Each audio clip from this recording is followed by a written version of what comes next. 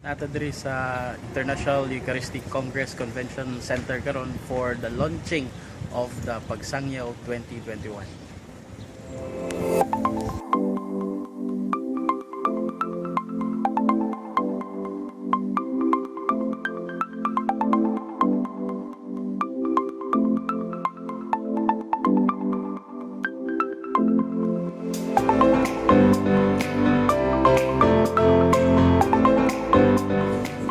Karon kang Ma'am Febarino ang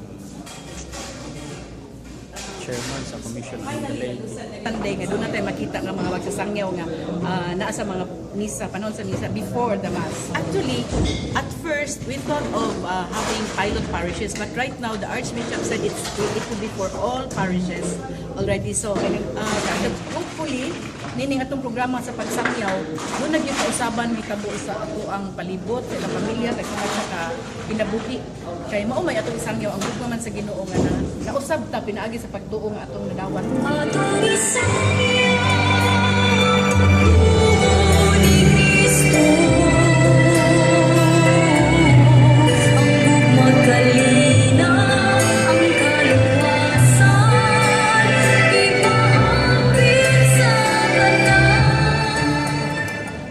Nawagan karon Archbishop tungod kay wala ning uwan, kulang ang tubig. Kita sa Archdiocese of Cebu mapagawa pag orasyon para sa karon we interested to a priest pagkampo sa prayer. Very soon we come out with orasyon pirata no alang meaning dry season alang meaning El Niño.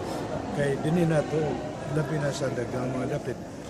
Dako kayo nga sakripisyo sa mga tawo no sa kakulang sa tubig o siyempre El Niño no o siguro sa kakulang sa preparation sa management no sa dunay may mga water facility system like sa Manila no?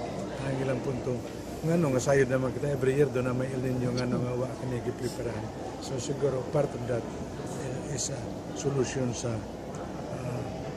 tan-aw nga kung kada tuig may El Niño how soon and how much do we prepare for the event.